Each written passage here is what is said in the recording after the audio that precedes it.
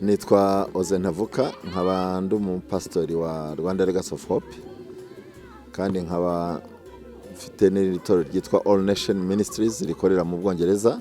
Rwanda Legacy ikora mu bijyanye n'ubuvuzi, education ndetse na social. Twaje hano gusura abana dufasha bagera ku 100, ariko noneho dushyiraho n'amakipe 4, abiri y'abana bafite imyaka 11 kugera kuri 16 n'abafite imyaka 18 kugera kuri 22. Abo bana rero ubu ngubu nibo twaje gusura, tubazaniye n'imyenda ndetse n'inkweto zo gukinana, ibikoresho mbese bya siporo twavanye mu Bwongereza. Abana bakaba twarabashubije mu mashuri, bari mu mashuri biga, ndetse tubarihira na mituweli, abadafite mituweli ababyeyi babo, ku buryo uyu munsi ubona ko abana discipline rwose baye abana beza. Legacy discipline teamwork, Legacy discipline teamwork.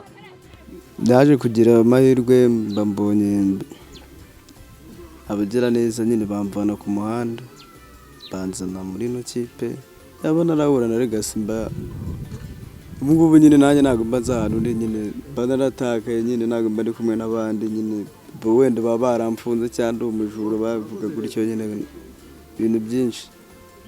Uko uri mu muhanda wiga ibiyobyabwenge, ukanywa amatabi, ukanywa inzoga, ukanywa ibintu nk'ibyo ngibyo, umuntu mukuru nyine umwubahe, n'umubyeyi ubwawe ntabwo umwubaha. Icyo kintu nyine narahindutse ubu ngubu pe. Nabaga mu rugo ariko n'ubundi niho nahabaga, niberaga no hanze. Nyine ubwo barambwiye ngo abantu batiga ntabwo bajya bakina muri ekipe.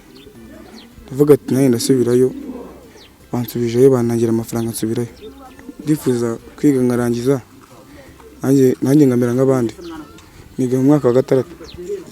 Icyo nababwira cyo ndabashimiye cyane kuko nanjye baramfashije cyane, kandi naho niga nabo barankunda cyane ko narahindutse. Imyitwarire mfite ntabwo ari nk'imbere nari mfite. Nyine ikibazo nari mfite nyine ibintu by'imyumvire nayo mfite ntabwo ari myiza nyine, cyangwa urebye ukuntu tuba tubayeho mu buzima bwo hanze. Ariko nyine Legacy yaramfashije cyane. Legacy nyine twigisha ibintu byinshi, urebye ibintu byo kubaha, discipline, nyine ibintu nk'ibyo ngibyo. Nanjye naje mu murongo kuko umuntu mbere yabaga yambwiraga nk'ikintu cyangwa akambuza ikintu kibi, ngiye nkumva ko ari urwango. Ariko nyine Legacy yo yarabitwigishije, bidushyiramo ibintu byo kubaha. Imva umuntu akugiriye inama nagaruka bakwanze, ahubwo nuko abagukunze. Nitwa Munyemana Laurent, umuyobozi w'umudugudu wa Rurenge muri aka kagari ka Rurenge. Mu bikorwa mbona barahindutse neza, baradufasha muri byinshi. Nimba ari igikorwa kigiye gukorwa mu mudugudu, ni ngombwa ko tubitabaza bakazana imbaraga, ugasanga ni igikorwa kibahuje kandi bagikoze bishimye. Bagikora bishimye kubera uburyo mwabegeranyije mukabatoza umuco. Legacy rero igizwe n'abana beza badufasha muri byinshi kuko ntibiganda. Icyo tubasabye bagikora bishimye, ugasanga barishimye, baranakundanye, ntabwo barwanira mu kibuga ngo tubone ngo barwanye. N'imico yabo yose yahindutse myiza, ntabwo ari uko. Ubwo rero ngewe bano banasaba no kugira ngo bankururire abandi basigaye basa n'abananiranye, bafite umuco mubi, kugira ngo baze bisunga abangaba, hanyuma igihe nicyagera nabo bazaba nk'abangaba, kuko abangaba ni intangarugero.